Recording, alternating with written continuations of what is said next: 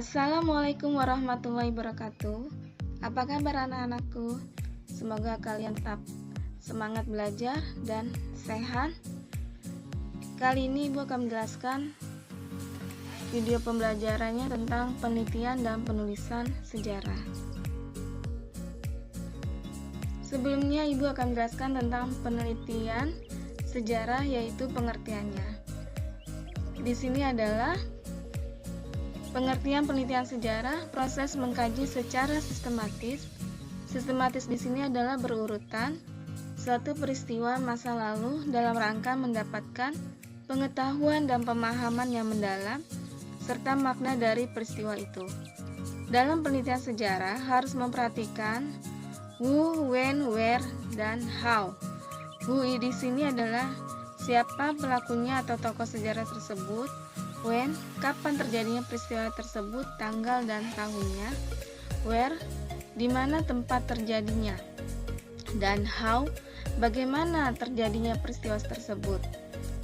Dan peristiwa sejarah tersebut mempunyai dampak terhadap masyarakat waktu itu, masa kini, dan masa yang akan datang. Ibu kasih contoh misalkan proklamasi kemerdekaan. Tentu mempunyai dampak pada masyarakat pada waktu itu, yaitu bangsa Indonesia yang tadinya dijajah menjadi bangsa yang merdeka.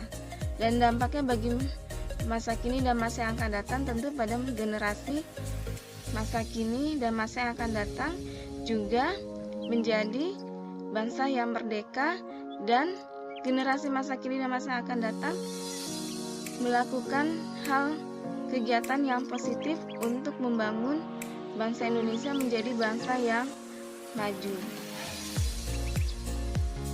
Adapun langkah-langkah penelitian sejarah, yang pertama adalah pemilihan topik. Pemilihan topik di sini adalah dipilih untuk membatasi objek penulisan dan hendaknya dikerjakan dalam waktu dan biaya yang tersedia. Dan peneliti akan mengajukan pertanyaan what dalam arti peristiwa apa yang akan ia tulis menjadi objek penelitian. Dan pemilihan topik ini ya dipilih juga salah satunya adalah penulis ini akan lebih fokus ya, dengan dia memilih topik, penulis akan lebih fokus dalam penulisan atau penelitian sejarahnya. Dan diharapkan pemilihan topik atau judul ini tidak menjiplak atau istilahnya menduplikat pemilihan topik orang lain. Jadi pemilihan topik ini atau judul dipilih pertama, penulis ini akan lebih fokus pada penulisannya atau penelitiannya, tidak melebar kemana-mana, dan hindari duplikat atau menjiplak penelitian yang sudah ada. Kemudian pemilihan topik ya, sebagai seorang penulis ini berdasarkan pada kedekatan emosional dan intelektual. Maksudnya di sini adalah dengan adanya kedekatan emosional, peneliti memiliki semangat atau motivasi yang besar untuk menyelesaikan penelitiannya, karena topik atau topik yang dipilih ini adalah memang yang diinginkan oleh si peneliti atau penulis. Kemudian intelektual adalah di sini kemampuan si peneliti dalam menyelesaikan penelitiannya, sehingga dengan pendekatan intelektual ini, kemampuan yang dimiliki si peneliti ini ya memiliki semangat untuk menyelesaikan karena dia memiliki kemampuan yang dia miliki. Jadi maksudnya jangan dipaksa ya. Kalau memang dia nggak mampu dengan penelitian yang dia dengan judul atau topik yang dia pilih, secara intelektual dia tidak mampu, ya jangan dipilih topik tersebut. Ya, jadi peneliti itu memilih topik memang berdasarkan kemampuan peneliti tersebut atau kemampuan siswa. Kemudian langkah selanjutnya adalah heuristik. Heuristik ini berasal dari bahasa Yunani ya, yang artinya adalah mengumpulkan atau menemukan. Dalam bahasa Yunani disebut yaitu heurisken. Nah, heuristik ini adalah usaha mencari dan mengumpulkan sumber sejarah, baik sumber benda, sumber tulisan maupun sumber lisan. Jadi sumber sejarah ini bisa ada 3, benda, tulisan maupun sumber lisan. Kemudian langkah selanjutnya adalah verifikasi. Verifikasi ini adalah penilaian terhadap sumber-sumber sejarah. Pengujian sumber sejarah dapat dilakukan 2, kritik intern dan kritik ekstern. Intern ini adalah isi sumber sejarah. Kemudian ekstern ini adalah keaslian sumber sejarah tersebut. Jadi kalau misalnya kamu ingin melakukan penelitian sejarah, sumber sejarahnya ini nggak cukup cuma 1 ya, tapi bisa beberapa buku, dan isi buku atau sumber sejarah tersebut kamu beda isinya antara sumber buku sejarah yang satu dengan yang lain, apakah isinya benar atau tidak, atau misalkan keaslian ekstern tersebut. Misalkan ibu kasih contoh proklamasi kemerdekaan ya, ini ada 10 sumber buku. 8 buku mengatakan proklamasi kemerdekaan dibacakan tanggal 17 Agustus 1945. 2 buku ternyata bukan tanggal 17. Nah, dari 10 buku itu 8 mengatakan tanggal 17 Agustus, berarti isi sumber sejarah yang benar adalah tanggal 17 Agustus 1945. Kemudian interpretasi ini adalah penafsiran terhadap sumber sejarah menjadi rangkaian kalimat. Jadi sumber-sumber sejarah yang kalian temukan ini dikumpulkan menjadi satu, dirangkai menjadi kalimat. Dan yang terakhir adalah historiografi. Di sini adalah penulisan sejarah. Bentuk-bentuk penelitian sejarah ada pertama penelitian lapangan. Penelitian lapangan ini adalah peneliti datang ke tempat terjadinya peristiwa bersejarah atau ke tempat ditemukannya peninggalan bersejarah. Misalnya ke museum atau misalkan ke candi ya, kalau misalkan kalian ingin meneliti tentang candi, misalnya ke Candi Borobudur.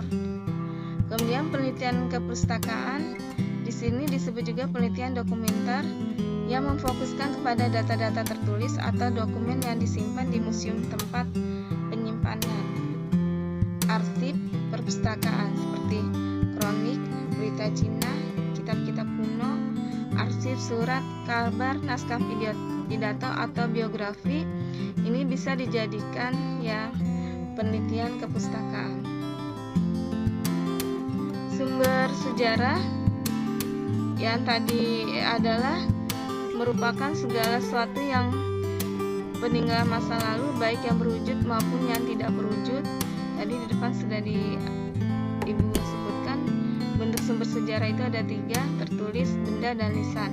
Nah, kalau tertulis ini berupa dokumen, misalnya prasasti, kronik, babat, hikayat, surat-surat, laporan, notulen, rapat, piagam, naskah, arsip, dan surat kabar.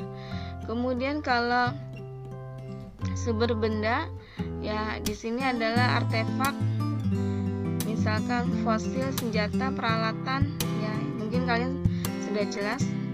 Kemudian lisan ini langsung dari pelaku atau saksi sejarah. Ditambah sumber rekaman, yaitu berupa kaset audio atau rekaman kaset video, misalnya rekaman peristiwa proklamasi ketika Soekarno membacakan teks naskah proklamasi, ini termasuk dalam sumber rekaman. Sumber sejarah berdasarkan asalnya, ini ada sumber primer, sekunder, tersier. Kalau primer ini adalah sumber pertama, yaitu peninggalan ahli sejarah seperti prasasti, kronik, piagam, dan candi. Atau misalkan di sini adalah ya berdasarkan dari saksi sejarah yang melihat peristiwa sejarah itu secara langsung. Kemudian kamu melakukan wawancara dengan saksi sejarah tersebut, ya. Itu termasuk sumber primer.